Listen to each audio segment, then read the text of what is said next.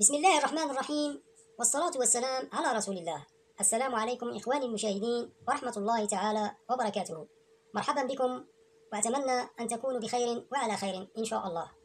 هذه تكملة للمقطعين السابقين اللذان تكلمنا فيهما عن شجرة الكروم وفوائدها وكيفيات غرسها، وتكلمنا أيضا عن العنب وأنواعه وفوائده لصحة البدن.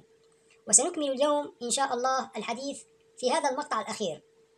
في هذا المقطع الأخير سنتكلم عن العنب الجاف، أو بما يسمى الزبيب، أو بما يسمى أيضا العنجد. وأواصل الاقتباس عن الصيدلي والعشاب ابن بيطار رحمه الله. يقول ابن بيطار: وأما الزبيب فيقال لكل ما جف من سائر التمر إلا التمر، فإنه يقال له تمر الرطب ولا يقال زبيب التمر. وزبيب العنب قوته تنضج وتحلل، وعجم الزبيب يجفف ويبرد، نافع غاية النفع لاستطلاق البطن. والزبيب القابض أبرد من الزبيب الحلو، يقوي المعدة ويعقل البطن. والعفص أبلغ من القابض، والزبيب حاله في ذلك وسط، لأنه يرخي المعدة ولا يضعفها، ولا يطلق البطن، إلا أن فيه تقوية وجلاء، فهو بهاتين القوتين يسكن ما يكون في فم المعدة من التلذيع. وأفضل الزبيب أو أجوده لحما وأرقه قشرا. ومن الناس من يخرج عجم الزبيب الكبار الحلو قبل أن يأكله، وهو في ذلك محسن. ومن الزبيب من القبض بمقدار ما تحتاج إليه الكبد العليلة. ويمكن فيه أيضا مع هذا أن ينضج الأخلاط التي لم تنضج، ويعدل الأخلاط الرديئة ويصلح مزاجها، وجملة جوهره يشاكل الكبد. والأبيض من الزبيب أشد قبضا. والزبيب إذا أكل لحمه وافق قصبة الرئة، ونفع السعال والكلى والمثانة. وإذا أكل الزبيب وحده نفع من قرحة الأمعاء. وإذا خلط لحم الزبيب بدقيق الجاورس وقلي بعسل وأكل، أو يخلط به فلفل، فإنه يجلب من الفم بلغما.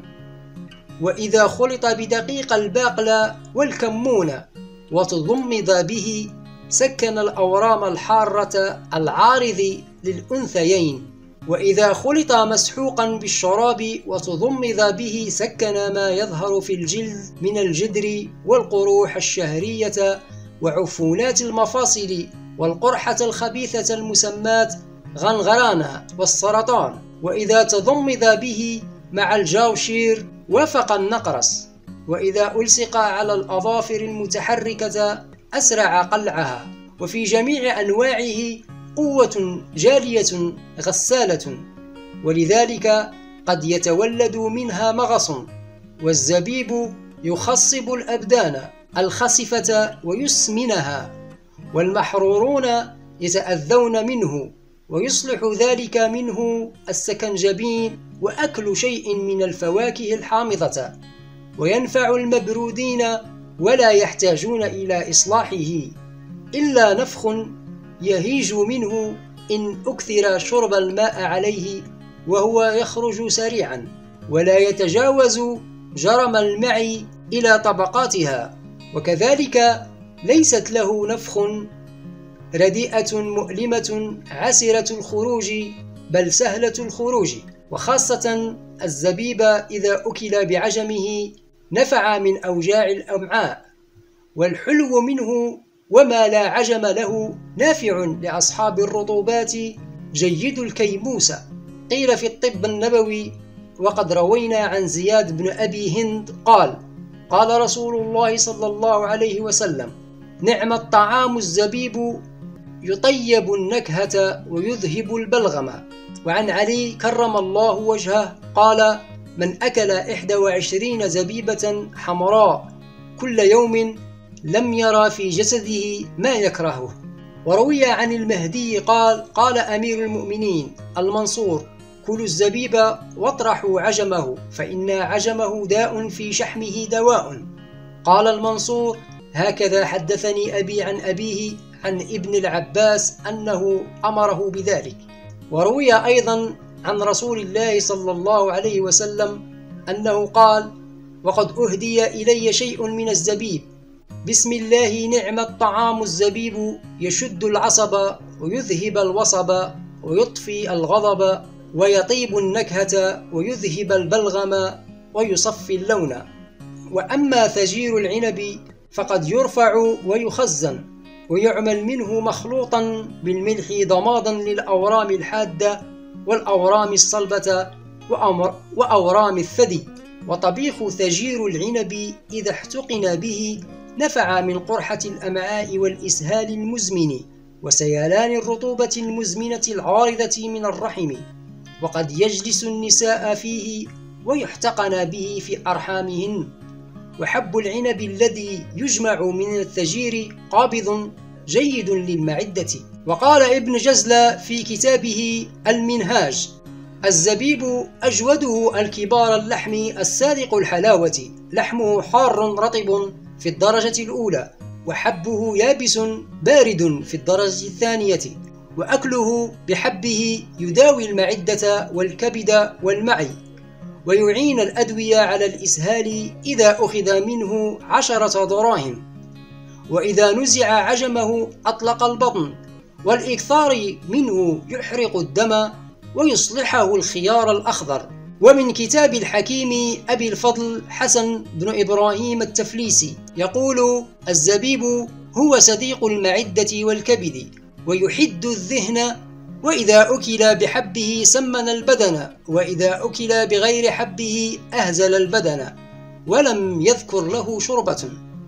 والآن سأوضح بعض المصطلحات الواردة في هذا المقطع.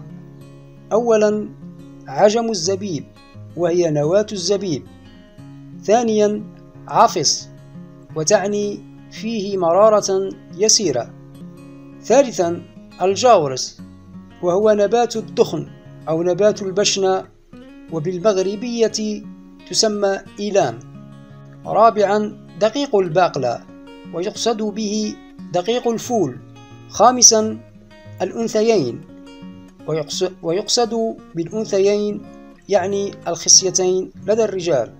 سادسا، الغرغرانة أو الغرغرينة، هي نوع من أنواع موت الأنسجة الناجم عن عدم كفاية امتدادات الدم، وقد تشمل الأعراض تغيرا في لون الجلد إلى الأحمر أو الأسود والخضر والتورم والألم وبرودة الجلد.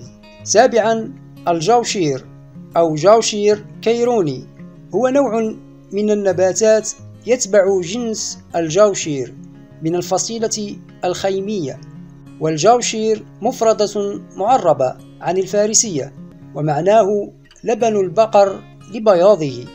يستعمل في الصيدلة لصناعة مراهم وبلاسم، كما يستعمل في صناعة العطور. ثامنا، النقرس ويقال له داء الملوك، وهو أحد أنواع الالتهاب المفاصل. تاسعا، السكنجبين وقد وضحناه في المقاطع السابقة. عاشرا، الكيموس وهي المادة السائلة الطبيعية الموجودة في المعدة. انتهى الشرح. وأخيرا إخواني، أتمنى أن تكونوا قد استفدتم، وأرجو منكم نشر هذا الفيديو لو تفضلتم. وإلى لقاء في موضوع آخر إن شاء الله. في أمان الله، والسلام عليكم ورحمة الله تعالى وبركاته.